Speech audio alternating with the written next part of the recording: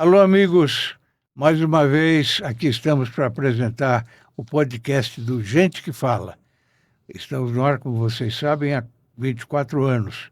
Eram 4 convidados na época. Hoje, podcast, um convidado, mas sempre um convidado muito especial, como é o caso hoje do meu amigo Guilherme Brito. Como vai, Guilherme? Vou bem, obrigado, Fausto, pelo convite. Uma honra estar aqui pessoalmente com você, Seja partilhando. bem-vindo, viu? Seja Obrigado. bem-vindo. Olha, eu vou ler aqui.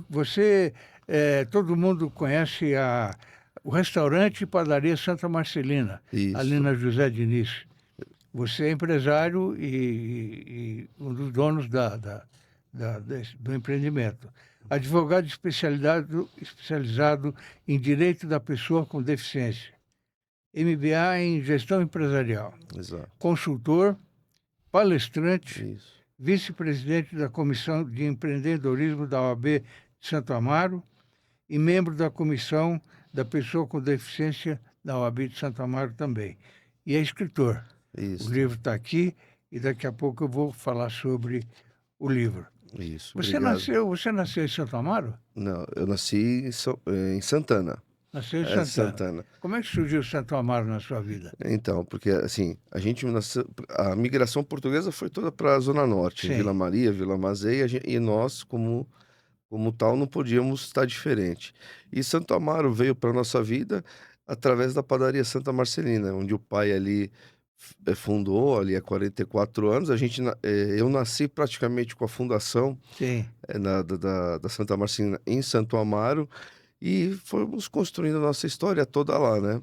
Eu brinco que a gente é paulistano mesmo, porque a gente atravessa a cidade todo dia, vamos de norte a sul É, todos os dias isso. da nossa vida. E como foi sua infância? Ah, foi muito boa. A gente cresci aí sim em Santana, criando os nossos laços de amizade, de afetivos, mas sempre indo para Santo Amaro visitar o pai, estando com ele ali aos finais de semana, porque o lazer de filho de dono de padaria é ir para Ia padaria. para No a fim, padaria. padaria de final de Chega semana lá, vai ajudar o pai. ajuda o pai e É, aprende muito, né? é, O comércio, meu pai sempre fala isso, o que você aprende aqui, você leva para qualquer área da sua vida. exatamente. Porque relacionamento com pessoas, e isso é de um crescimento enorme, e Isso. eu acho que aí o direito, todo esse relacionamento vem disso, né? E a vida é feita de relacionamentos, né? Sem dúvida. É, Você saber a tratar a pessoa, seja quem for, é, né? Porque é, você ali na padaria, você não distingue A ou B. é. Você trata todos Todo mundo da mesma da forma. forma, com o mesmo carinho, porque todas as pessoas têm o mesmo valor, né. Então, foi daí que a gente aprende inclusive, uma coisa assim, a caridade, né, muitas vezes passa uma pessoa com fome pedindo um pão sem dinheiro, e a gente tem esse lado Coração dói, o né? coração dói e você vê a realidade. Então eu sempre falo que a padaria é um local privado, mas ele é aberto a todo o público, né. Ele não distingue ninguém, ele acolhe todo mundo. Eu E aí já marquei vários encontros lá, inclusive com o Gilberto Natalini, um deles, né? sim, seu Gilberto é uma É, pessoa fantástica. é, exatamente. Você é casado, Sou casado, tem filhos, temos 2 filhas, duas filhas. duas meninas, Como se chamam? a Maria Eduarda e a Maria Luísa. Qual é a preferida? As Que 2 pergunta, hein? não, não, a gente tem um amor, Não não existe isso, existe né? Só as duas. preferida, né. Nossa, filho é filho, né? Né, Filho é filho. Olha, você é muito ligado a pessoas com deficiência, não é? sim. Por que isso? Isso veio justamente da minha filha mais nova, a Maria Luísa, que nasceu com síndrome de Down. Síndrome de Down. E a gente foi se aprofundando, né. Num primeiro momento, a gente se aprofunda nas questões de saúde, de desenvolvimento, né. E quando você começa a conhecer a comunidade toda das pessoas com deficiência, seja ela qual for, a gente começa a tomar pé de uma realidade diferente, de uma realidade não tão humana, né, porque a gente vê aí na mídia grandes influenciadores mostrando o desenvolvimento dos seus filhos, graças a Deus, mas a gente vê que a realidade é diferente. Para quem não tem condições, a realidade machuca, dói. E aí eu fui tomando pé dessa situação, fui tendo conhecimento dessa situação mais de perto, Você foi se apaixonando pelo tema. se apaixonando pelo tema que, apesar da gente conseguir, de até um certo ponto, conseguir oferecer tudo para nossa filha, para ter a tal inclusão, tem gente que não consegue o mínimo. E aí eu fui me intensificando a participação e a defesa dessas pessoas, né, de pessoas vulneráveis, até pessoas que têm condições, mas não acessa, né, porque inúmeros são os desafios da pessoa com deficiência, né. Às vezes a gente vê uma barreira física e vê, poxa, uma pessoa com deficiência não conseguiria transportar, assim, transpassar essa barreira, mas a barreira das atitudes ainda são mais, violentas do que uma barreira física propriamente. Então eu fui me envolvendo, criando amizades, criando os laços e me dedicando realmente a isso. Há uma demanda crescente no Brasil por esse tipo de advocacia que você faz, não é? Sim, sim. Cuidando das pessoas com deficiência. Isso está crescendo muito a defesa, né, das pessoas com deficiência, porque nós temos aí a Lei Brasileira de Inclusão completando 10 anos, e como a gente sabe, nem sempre tudo no Brasil funciona como deveria, então nós tem crescido muito isso por causa de uma demanda crescente. A gente tem uma demanda de escola, aí podemos falar escolar, uma demanda de saúde, muitos planos de saúde negando tratamentos, negando terapias. Então a gente envolve uma série de questões e as pessoas tá crescendo muito, eh, não o número de pessoas com deficiência, mas eu acho que a exposição delas, né. Antigamente uma pessoa com deficiência era guardada num quartinho. Hoje não, hoje ela tem visibilidade, ela tem Sim, voz, sim, os pais têm orgulho de sim, mostrar, o claro. que não existia antigamente, É, né. é. E a sociedade ela vai se tornar melhor com essa integração. Então, é um ramo que cresce e, principalmente, a gente passa a ter essa obrigação de dar a informação, de trazer a informação dos direitos para essas pessoas poderem exigi-los também, né, da sociedade como um todo. Isso fez você escrever um livro, Isso, 21 razões para amar. Fale um isso. pouquinho sobre o livro. O livro aí foi escrito, é da família, né, apesar da gente ter chamado a ideia, mas ele é da família, porque traz a perspectiva, como é ser pai de uma pessoa com síndrome de Down, a mãe, a irmã mais velha e de todos Os da família, avós, os avós, de toda a família, como é que é isso, né? E a gente traz a vivência, desde a hora da notícia até os momentos quase de hoje, né? Então, como foi matricular na escola, quais foram as dificuldades, a questões de saúde, tudo que envolve a síndrome de Down, mas a pessoa também pode levar para si quando ela tem um outro tipo de deficiência. É um livro que eu falo que ele é inclusivo, porque a pessoa quando tem a notícia de uma deficiência, ela reage de uma forma, cada um reage de uma forma, e está tudo bem. A questão é você virar a chave e partir da notícia para a ação, sem medo, porque a informação, ela joga a luz na escuridão e tira o medo. Então, o nosso intuito nesse livro não era trazer um livro, porque quando você bota no Google qualquer síndrome de Down, só vai aparecer coisa ruim. E o nosso intuito era justamente trazer, de certa forma, romantizando, porque às vezes as pessoas têm hoje uma aversão a romantizar a questão da deficiência, mas eu falo, se a gente não romantizar, a gente perde a esperança. claro, Então a claro. gente tem que ter a esperança que vai ter uma luta, vai. Vai dar medo? Vai. Mas a gente tem de saber que a gente tem de caminhar juntos. Como é que as pessoas podem adquirir o seu livro? O livro, se a pessoa entrar no meu Instagram, guilhermebrito.oficial, já vai ver um linkzinho 21 razões. Ou pelo site 21 em numérico 21 razões.com.br. Pode adquirir ali o livro e toda a renda do livro vai diretamente para a Adere, que é uma associação que há mais de 40 anos trabalha com jovens e adultos com síndrome de Down, né? E hoje eu até trouxe um aí para a gente sortear, depois vai ser sorteado aí para uma pessoa. Que bom, que bom. E eu posso agradecer até que quem me ajudou nesse Sim, livro. lógico. Eu tenho de agradecer aqui a Datamax, Sim, que é os sistemas de parapanificação, o buffet Alecrim e a revista Panificação Brasileira, sim, que me ajudaram aí na confecção do sim. nosso livro. A gente sabe que hoje livro custa caro para Custa fazer, né? caro. Eu tive essa experiência É, um ano atrás aí. Mas vale a pena escrever, né? sim, só sabe que escrever é, é um exercício tão fantástico porque você revive toda a sua história e quando você chega em determinados momentos você fala, rapaz, eu consegui, eu fui capaz disso, porque escrever realmente é um ato de você colocar no papel, você visualiza, poxa, eu passei essa etapa da vida, eu passei essa, você vai vendo vitórias, você vai vendo erros, poxa, eu podia ter feito melhor, e você vai, no final dele, você fala, poxa, eu vou poder melhorar. É. Eu gostaria de saber de você o que diferencia a deficiência da necessidade especial. Então, ah, necessidade especial, hoje é um termo que a gente já não usa mais, ele já está em desuso, por causa.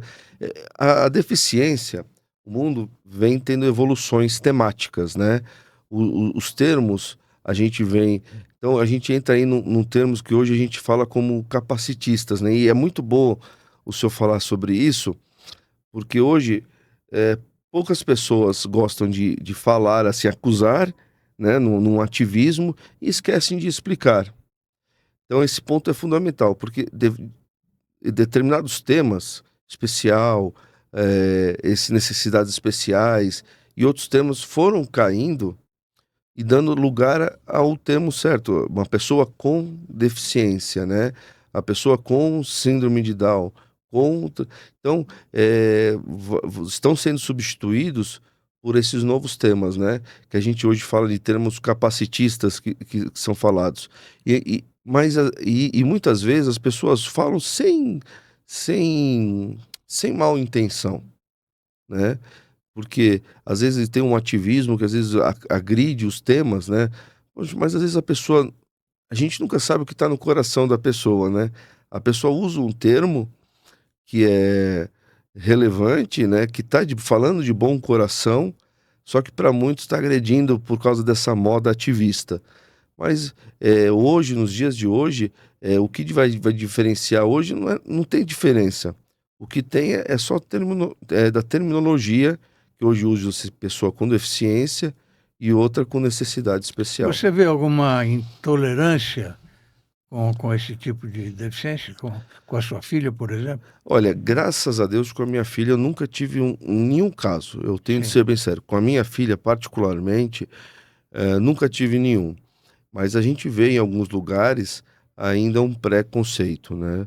Quando vai ingressar numa escola, a gente tem casos que a escola não aceita. Nós aqui, Olha ó. que família linda. Olha que presente que eu recebi, ó. Acho que aqui você estava no seu casamento, Aqui eu né? tava no meu casamento, aqui estavam É, lá. é. E aqui já, A sua filha, são duas meus filhas filhos, lindas, sim, sim. sua esposa também muito bonita. E você é de uma família portuguesa, né? Sim, sim. Ainda persiste aquele almoço dominical com a Ah, família? sim, isso aí tem de existir. É. Você sabe que, apesar, a atividade de padaria e de restaurante te absorve muito É tempo. justamente sábado e domingo, o maior movimento, né? Justamente o maior sábado e domingo.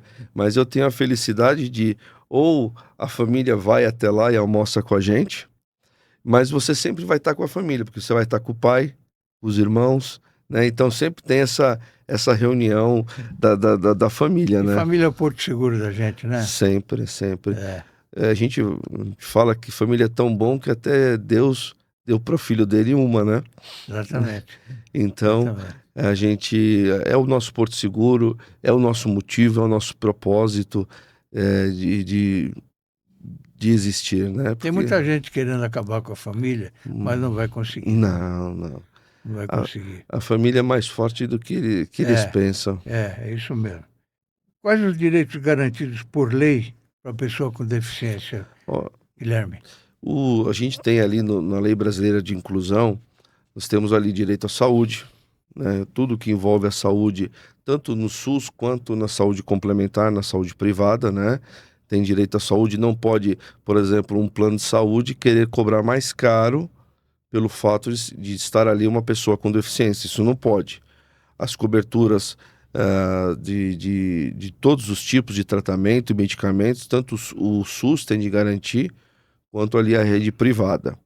Direito à educação, eles têm direito a estar na escola, né? Não, sem distinções. A escola especial, que muitos falam, a escola especializada, ela é uma decisão da família e não da escola. Acontece muito das diretorias de algumas escolas falar, olha, seu filho tem uma deficiência neurodivergente, ele precisa de uma escola especializada.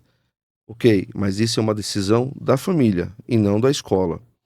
Então ele tem direito a estar matriculado e estando na escola, isso é muito importante, até agradeço a abertura da oportunidade de falar, na escola ele tem direito a material adaptado, a um programa individualizado que vai nortear o desenvolvimento dele, se é tudo o que ele está fazendo está dando certo, a um profissional de apoio, que a gente na rede pública chama de AVE, auxiliar da vida escolar, ou do AEE, na escola particular. Isso é fundamental, todos têm direito, seja na pública e na privada, e de graça, né?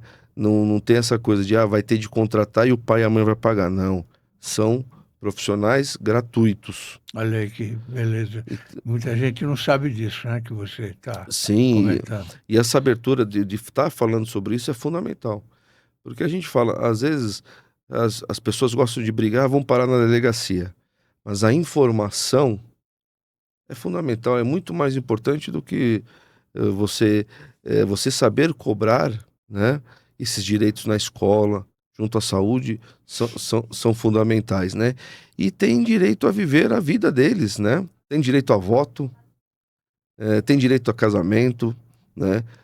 Isso tudo dentro do seu desenvolvimento individualizado, né? Se nós que somos tidos como típicos, comuns, normais, cada um é diferente, eles também têm o Sim, seu tempo, né? sim.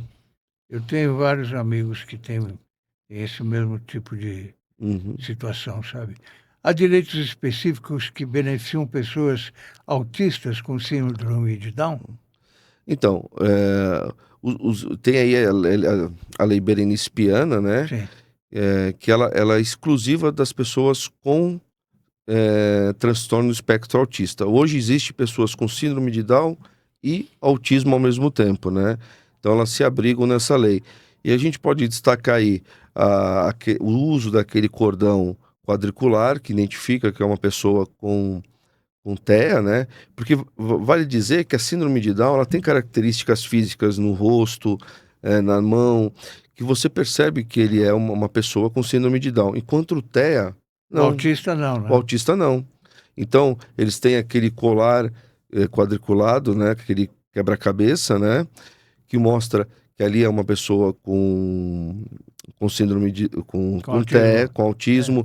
Eles têm o CIP-TEA, que é uma identificação deles, que permite a eles ter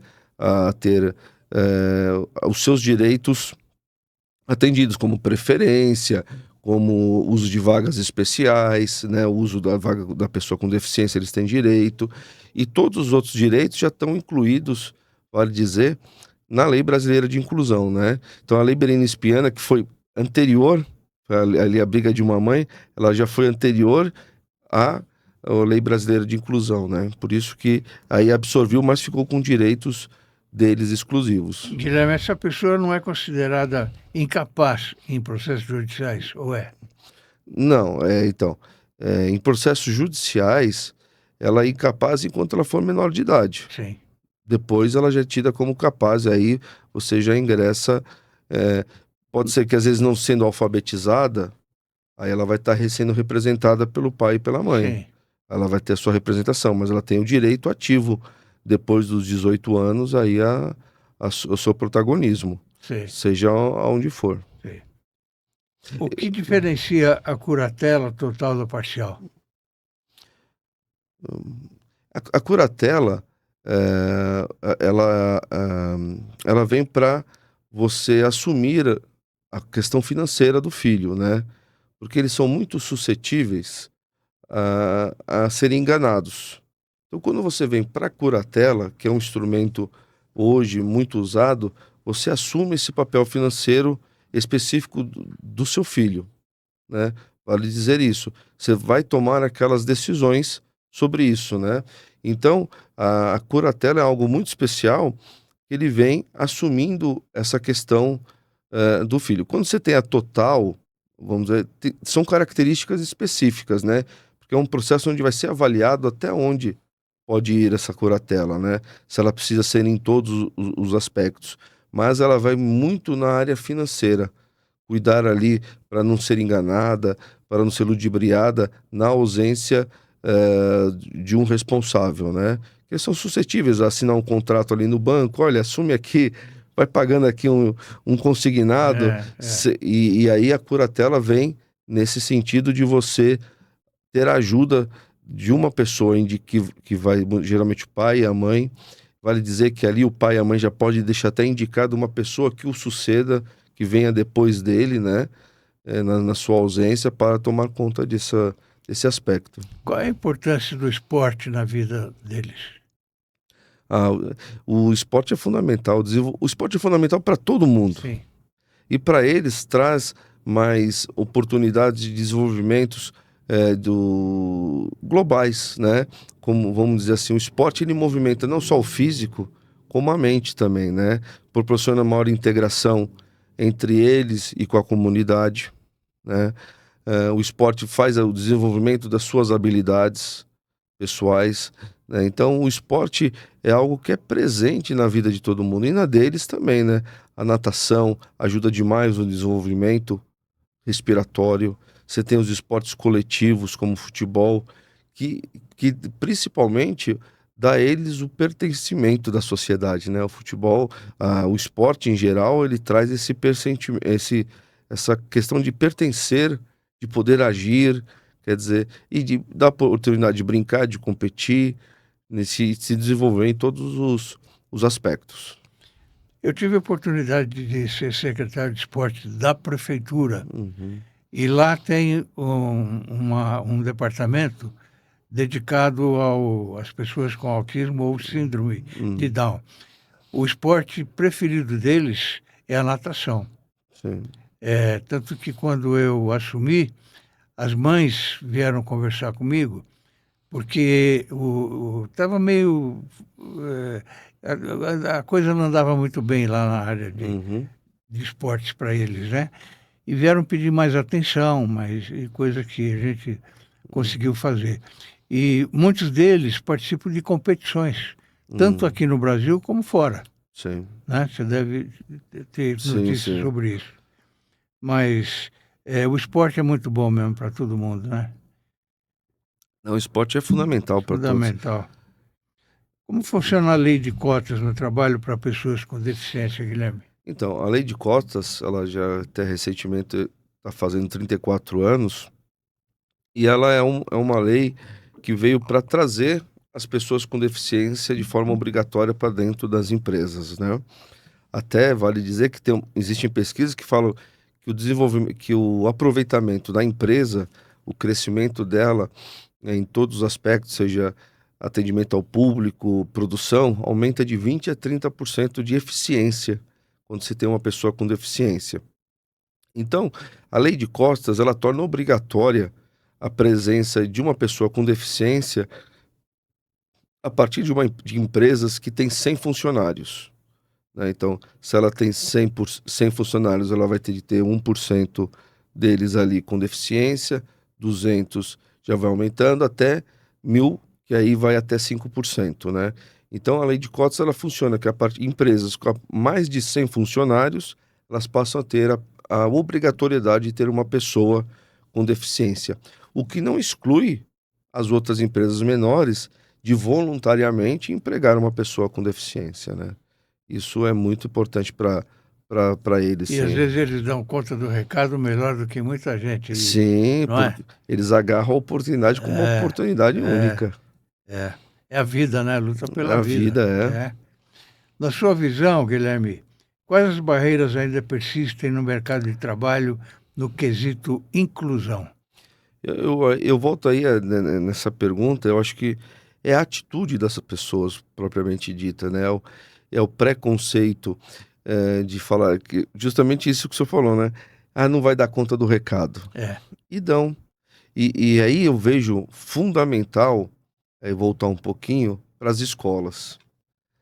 Quanto mais inclusão a gente tiver na escola, né, de todos os jeitos, os diretores dando maior pertencimento, dando estrutura, fazendo aí a lição de casa, mais menos exclusão nós vamos ter no mercado de trabalho. Isso eu digo porque quando a gente aqui ensina a sociedade, na escola, que ele vai ter pessoas, com deficiência, como se comporta com elas, como elas se comportam, como conviver, lá na frente o colega que vai ser um CEO, que vai ser um diretor de RH, ele vai ter a plena condição de decidir: "Não, eu quero na minha empresa, pode trazer, eu quero contratar, eu estou precisando de alguma pessoa, eh, que focada". Por exemplo, a pessoa com TEA, ela tem habilidades de foco excepcionais, tanto que a TEA nível 1 são muito contratados para aquelas funções, para aquelas profissões que precisam de muito foco. Na área de tecnologia, né, então mas aí a sociedade aprendeu por interesse, mas quando a gente lá na escola aprende de forma natural que a convivência é tranquila, você derruba essa barreira das atitudes, do pensamento, que ela é mais excludente, que eu falo, que um degrau.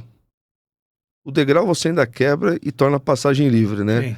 a atitude não, aquela do pensamento ela não se derruba, mas se pode ensinar ali na escola como é a convivência, a naturalidade, porque os colegas serão amanhã grandes ou serão colegas de trabalho, que vão saber, se relacionar com uma pessoa com qualquer Eles são deficiência. estudiosos? Não, dá um pouquinho de trabalho. Ah, não, toda pessoa dá um pouquinho de trabalho para estudar. É, Tem mais foco, às vezes tem mais.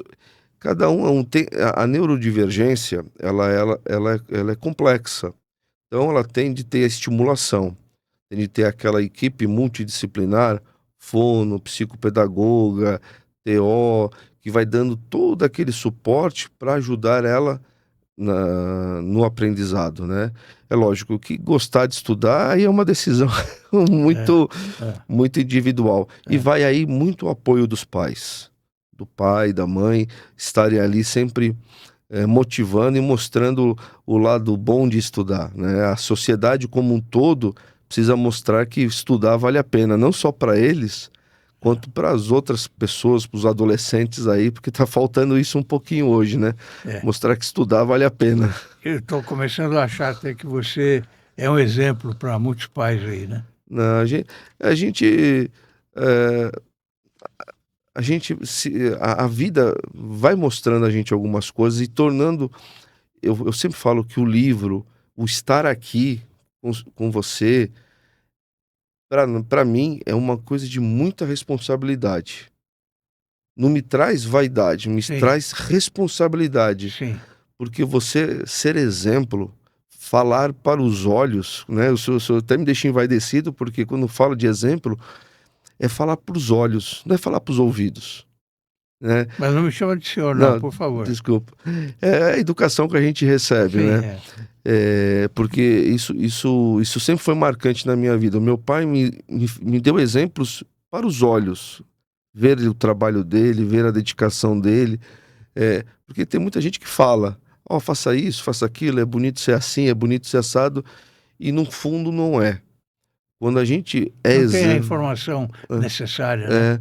Agora, quando assim, a gente é uma responsabilidade, porque a gente está falando e se mostrando aqui para inúmeras pessoas que vale a pena, que vale a lutar, ajuda, estamos à disposição. Porque essa responsabilidade não é só aqui ficar gravado e aí milhões de pessoas acessarem. É o acesso, a pessoa ter esse canal de comunicação. Falar, Guilherme, estou precisando de ajuda, como é que eu faço? Então, é uma grande responsabilidade ser exemplo, né? Sim. Eu acho que é por isso que hoje a gente tem muita gente que não se dedica, né? Então, ser exemplo é uma grande Mas você responsabilidade. deve ser muito procurado para isso, A gente passa para assim, por, ajudar, né? ainda mais com as mídias sociais, e é satisfatório, né? É muito satisfatório você poder ajudar aí É. as pessoas. Eu Porque entendo. a nossa missão é essa, é amar o próximo como a si mesmo, né? É. E fazer por ele o que gostariam que fizesse por você, né? Então, isso é fundamental. Você deve ser um paizão Eu para sou coruja. ambas as meninas, Sou não coruja. é? Como funciona a aposentadoria especial para pessoas com deficiência? Então, aqui, ah, o- isso aqui é muito importante falar, porque às vezes os pais deixam de recolher o INSS dos seus filhos. E eu já oriento, que eu aprendi isso, quando ele fizer 16 anos, você já pode começar a recolher o INSS. Porque eles entram na aposentadoria com pessoas com deficiência.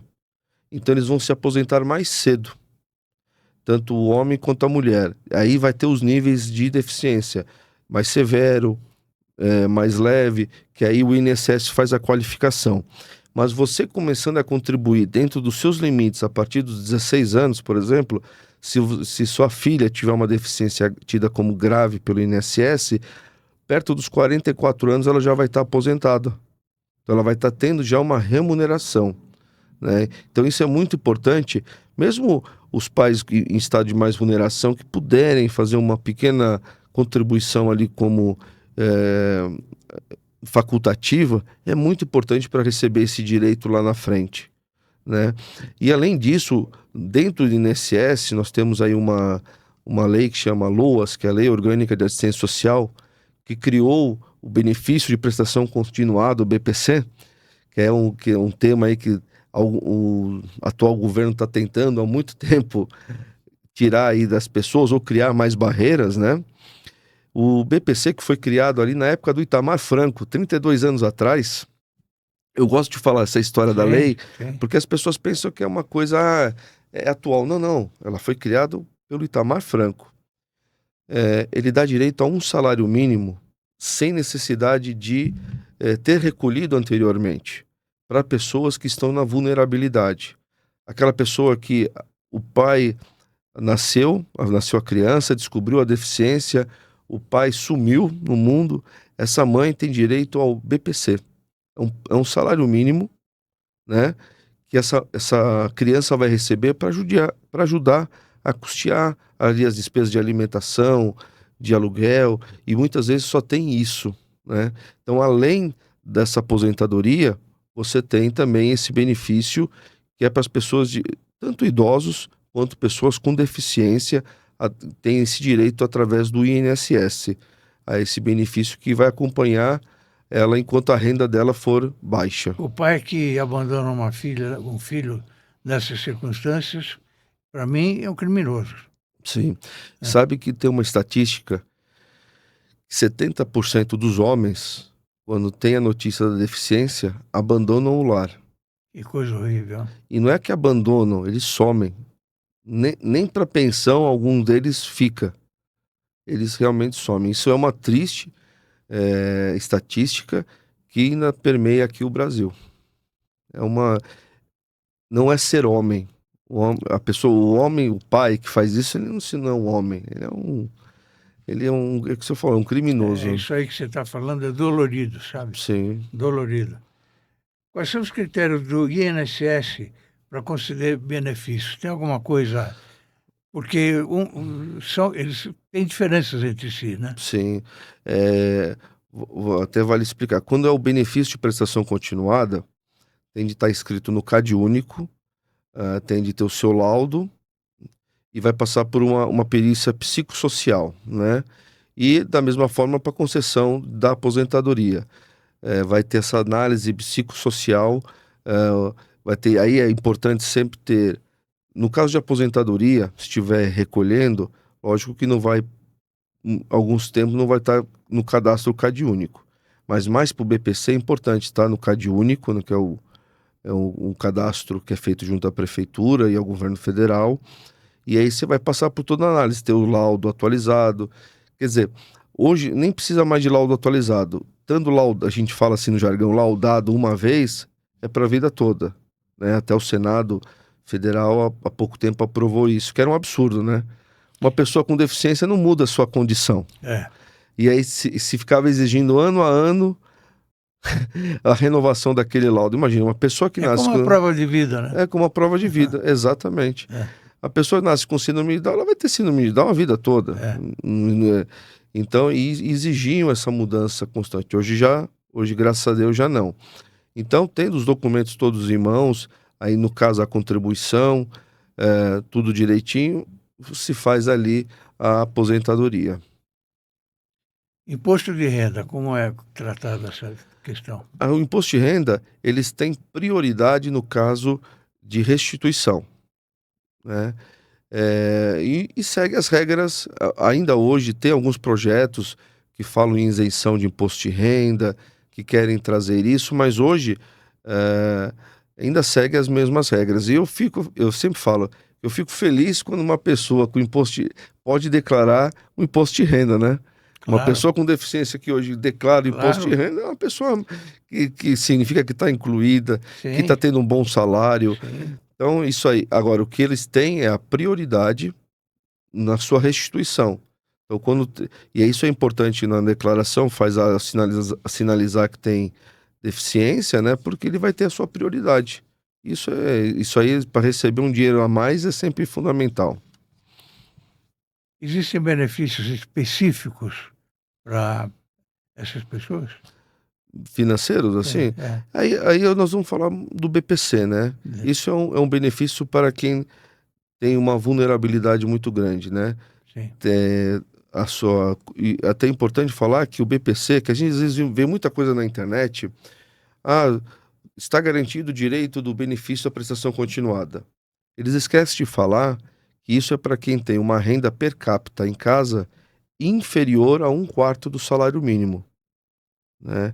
Quer dizer, é uma pobreza total, né? E esse é o benefício que eles têm financeiro, só mais para quem está na extrema vulnerabilidade mesmo. As escolas brasileiras têm obrigação de se adaptarem. Tem obrigação, aos alunos, né? Tem obrigação. Está na lei, já está ali desde a lei das diretrizes escolares, a lei brasileira de inclusão veio ressaltar isso. Eles têm a obrigação de se adaptar. E vale aqui, até hoje, nós estamos aqui ainda refletindo em nós o caso do goleiro Cássio, que teve a filha negada em diversas escolas. Isso vale ressaltar que negar a matrícula a uma pessoa com deficiência é crime. É crime. A escola tem de incluir, ela é obrigada a incluir. Mas ela coloca empecilhos, dificulta e até nega, propriamente dito, uma pessoa com deficiência entrar. Quem ajuda muito também é o Marcos Mion, da Globo. Sim, ele dá uma visibilidade. Ele faz um trabalho muito bonito. Não, o Marcos Mion trouxe uma visibilidade muito grande. A questão do TEA, que ele até pouco tempo era uma coisa desconhecida. E ele trouxe luz a isso, né? E ele divulga, ele apoia. Isso é fantástico. O trabalho dele é ímpar. O menino dele até um dia cantou no programa, né? Foi. E a gente torce muito. Eu tenho um sentimento que a gente tem de fazer com que todos tenham pelo menos a oportunidade, o acesso a tudo isso que ele teve. Lógico que, graças a Deus, pelo trabalho, pelo comunicador que é o Marcos Mion, pela trajetória dele, pela família dele, ele criou uma estrutura que ele pode oferecer tudo isso e muito mais para o filho.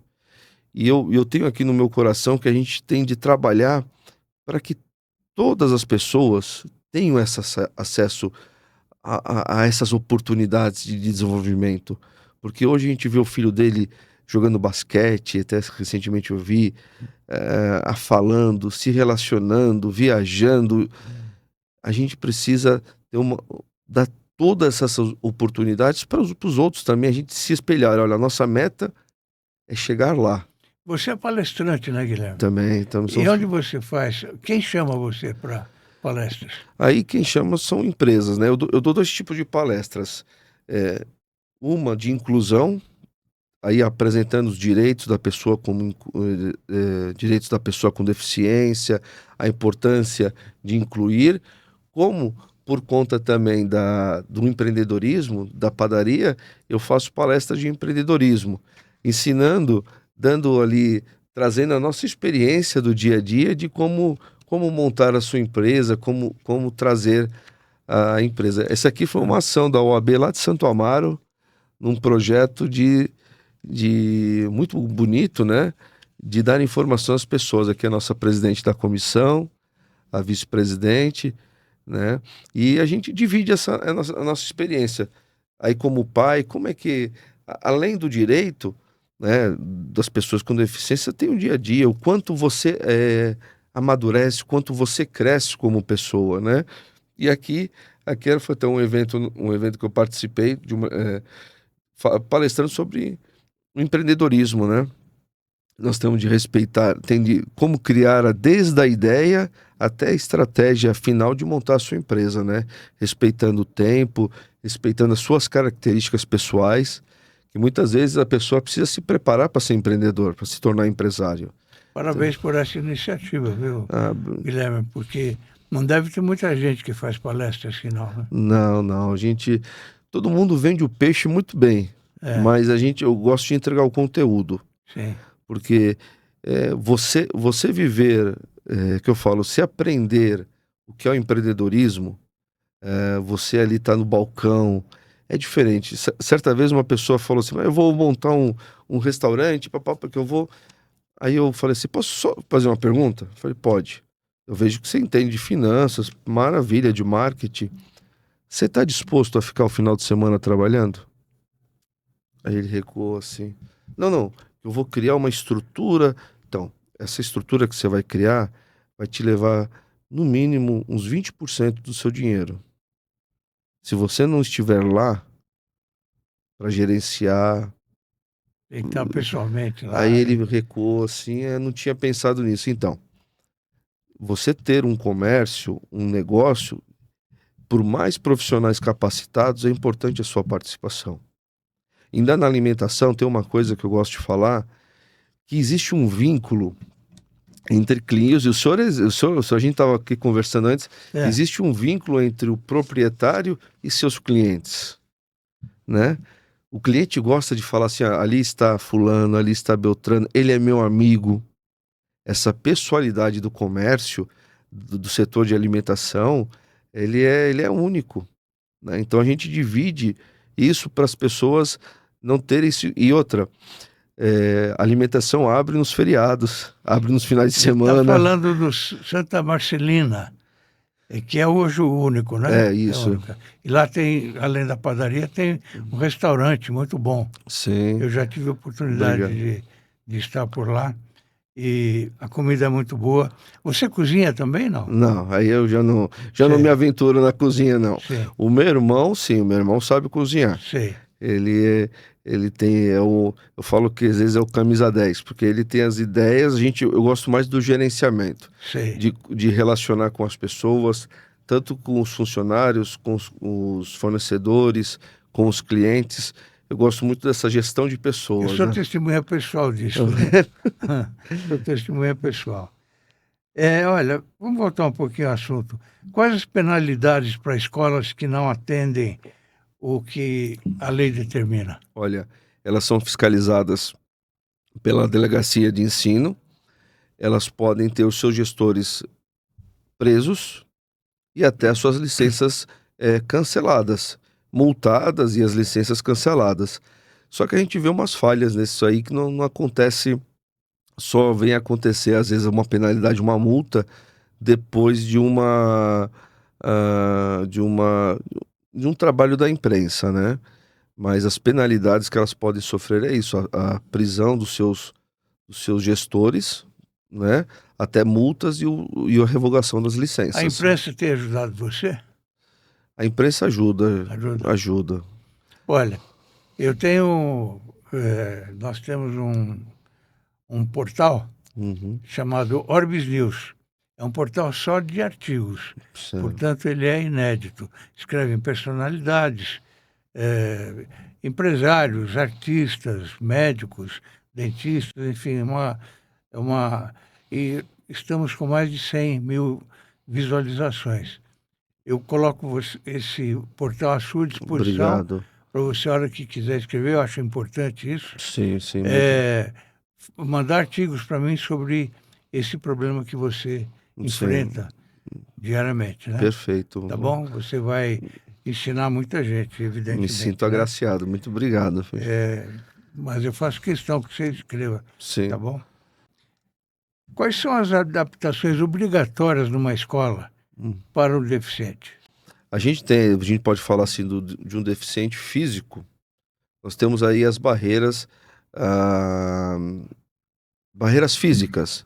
Então, estamos falando de rampa, de elevador, barreiras físicas, né?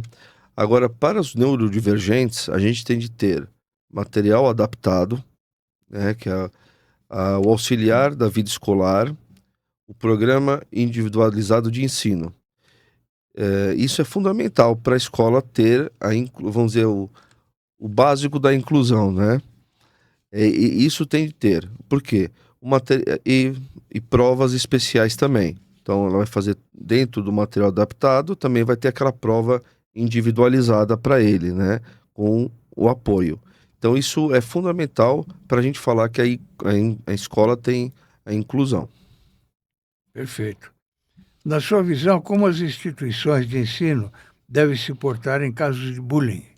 Elas têm de ser, têm de ter o processo Aliás, definido. continua existindo bullying nesse sentido? Continua, continua. Infelizmente, né? Infelizmente, o bullying está para as pessoas com e sem deficiência de uma É, forma muito agressiva. é. Eu acho que primeiro elas têm que ter um protocolo, regras claras de como e ter tolerância zero ao bullying, principalmente com as pessoas com deficiência. Porque eu vejo assim, uma pessoa sem deficiência ainda tem um certo grau de defesa pessoal, né? Ela pode exigir, ela pode se comunicar. Dependendo do tipo de deficiência neurodivergente, nós estamos lidando ali com uma outro tipo de realidade. Então, a pessoa que faz bullying com uma criança deficiente ou com uma pessoa deficiente, ela é de uma crueldade terminal. Ela pode estar ali matando, hã, acho que é todo o desenvolvimento daquela pessoa. Então, além do protocolo, precisa ter uma tolerância zero. Mas aí que também a gente precisa apertar um pouquinho a família, porque isso a gente tem de deixar claro para o pai ou para a mãe que isso é intolerável, né? O bullying, a discriminação, hã, o aproveitar de uma deficiência para qualquer benefício já tem de sair de casa com isso apertado. Que uma Sim. coisa é uma brincadeira entre colegas, né, uma brincadeira entre colegas. Mas há bullying maldosos, né? O bullying maldoso, o bullying já A palavra já diz, né? é maldoso, ele é de uma a gente precisa criar uma sociedade que acolha, né.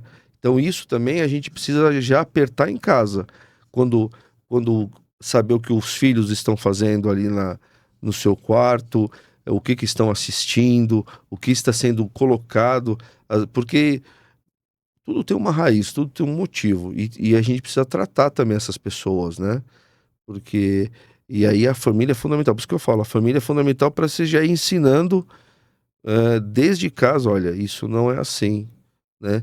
Você vai conscientizando essas pessoas, esses adolescentes, essas crianças, que isso não é certo fazer. Nós podemos falar também sobre assédio e constrangimento, né? Sim, sim. É, as pessoas com deficiência, às vezes, são vítimas de estupro, né, às vezes que elas não sabem se comunicar. Até recentemente eu recebi uma matéria de uma que tinha paralisia cerebral e estava grávida. Puxa vida. E ela não tem capacidade de apontar o agressor, ela não tem condições de verbalizar quando foi feito, quem. Quer dizer, as pessoas com deficiência também têm essa é difícil da gente poder falar, é mais constrangedor ainda, né, Sim. mas elas são vítimas de assédio, existe essa realidade que a gente tem de combater, né. Aí vale a Lei Brasileira de Inclusão, no artigo 8º tem uma frase, tem um trecho que também está presente no Estatuto do Idoso e outra do ECA, que ela é fundamental. A inclusão é dever da família, do Estado e da comunidade. E muitas vezes quem percebe principalmente isso não é nem a família, é a comunidade que vê uma movimentação diferente, é alguém que está trabalhando na casa, e vê uma atitude diferente do pai ou da mãe, né? Ou de um colega do amigo ou de um funcionário, enfim. Então, Às vezes até de um tio, né? até de um tio, de um parente. Então, isso é fundamental, a gente estar de olho, porque isso é uma agressão sem precedentes. Porque eles são. Você imagina uma pessoa em estado total de vulnerabilidade, né? Não sabe, muitas vezes a gente fala, não sabe as maldades do mundo, mas o mundo está aí com as suas maldades, né? Mas a gente hoje vive um momento muito cruel, né? Sim, demais, Em todos demais, os sentidos. E não é demais. só aqui no Brasil, não, é no mundo No mundo inteiro. inteiro, no mundo No mundo inteiro. inteiro. E a gente. Haja problemas, né? Mas estamos aqui. Se tem É, problema, tem solução. E a gente tem de ecoar isso, né? A gente tem aqui o seu programa é uma fonte da gente poder estar alertando, informando, divulgando realmente obrigado, mas a gente aqui é um grãozinho só apenas, né? somos. Mas de Somos um grão em grãozinho. grão a gente faz É, uma praia. é. Nós falamos muito sobre intolerância, né? Sim, A intolerância existe hoje demasiadamente entre as pessoas, entre sim, vizinhos, sim. no No trânsito, trânsito. enfim. eh, não sei por que isso se piorou depois da nossa pandemia, ou se diziam que ia melhorar, eu acho que piorou. Não, o senhor estava falando e tirou aqui, do meu pensamento. A gente falava em pandemia e fala: "Não, depois disso a sociedade vai melhorar". É, Ela realmente ela piorou. piorou. É, Ela se tornou, o isolamento tornou as pessoas mais individuais, mais egoístas. Só importa a necessidade dela, esqueceu a do outro. E eu acho que falar disso, eu peço licença, porque é impossível não falar da formação religiosa. sim, Eu acho que esse esquecimento que as pessoas fazem está trazendo isso. sim. Porque as pessoas hoje elas estão focadas no eu, no meu, né? Esquecem que há um Deus, né? E há um Deus que é de todos É, e que pede para todos terem esse amor, né? é. Uns pelos outros. E não só a si mesmo, né? Eu só me amo, só importa a minha. Você Narcisismo. pega no trânsito, um tá mais apressado que o outro. É, Você pega no condomínio, um tá mais apressado que o outro pro elevador, não espera nem o outro entrar no elevador. isso mesmo. Isso são exemplos A simples, pessoa né? está descendo do carro, o elevador está entrando alguém e não Não espera. espera. Não espera. E aí a gente vai. E nem manda o elevador de volta. Não. Aí para outros campos, só vale a minha opinião. As pessoas pararam de escutar. Peraí, deixa eu escutar a opinião aqui do Fausto. Deixa eu escutar a opinião do Guilherme. Para daí eles fazerem a sua opinião. Não. O que importa é a minha e o resto. E aí a gente vê até famílias se separando, se dividindo, né? Então a gente precisa ser mais tolerante, mais humano, né? Se dividindo principalmente também por causa da política, Da né? política, assim. Eu vejo aí irmãos brigando por causa disso. Um é daqui, outro é dali. Eu até pedi uma licença. Parece que a política virou time de futebol. É, Se você torce para o Palmeiras, você não pode nem ter as cores do Corinthians em casa. é. Se você se é corintiano, não pode ter as coisas do Palmeiras, o verde ali na sua casa. E a gente tem visto que a humanidade está se tornando assim. A política está sendo, não, se eu sou A, eu não quero nem saber de sentar na mesa com B, com quem pensa a favor do B. Na minha época, eu ia ao Pacaembu, sou palmeirense, Sim, e ao meu lado um corintiano. E sim, daí? Cada um torcia para o seu time, sem não é? dúvida. A E gente, numa boa, sim, sem briga, sem nada, né? É, há canais de denúncia administrativos que a gente possa sim. mostrar para o espectador? Sim, sim. Se você tem alguma denúncia a fazer, hoje, inclusive, o Estado de São Paulo tem a primeira delegacia da pessoa com deficiência. Ela fica ali no centro, ali na estação Tiradentes. Ali é Tobias Aguiar. É a primeira delegacia da pessoa com deficiência. Lógico, todas as delegacias estão aptas a receber essa denúncia. Mas aquela Aquela ali é especializada. especializada para receber esse tipo de denúncia. Você tem as delegacias de ensino que devem receber essas denúncias quando a escola não faz a sua parte, que é a responsabilidade do Estado. E você tem os canais, o 180, o 100, o 180 e o 100 você pode fazer denúncias anônimas de maus tratos, de violências, que são canais aptos. Você está falando hoje para as redes sociais, para o Facebook, para o Instagram, está falando para a TV aberta, canal 9 da Claro e 8 da Vivo. E a gente pede sempre para o espectador se inscrever no YouTube e dar um cliquezinho naquele sininho que aparece. Ajuda bastante a gente. Meu amigo Guilherme, estamos chegando ao final do nosso programa. Passa rápido, né? Passa, né? Você foi muito elucidativo, você é professor nisso.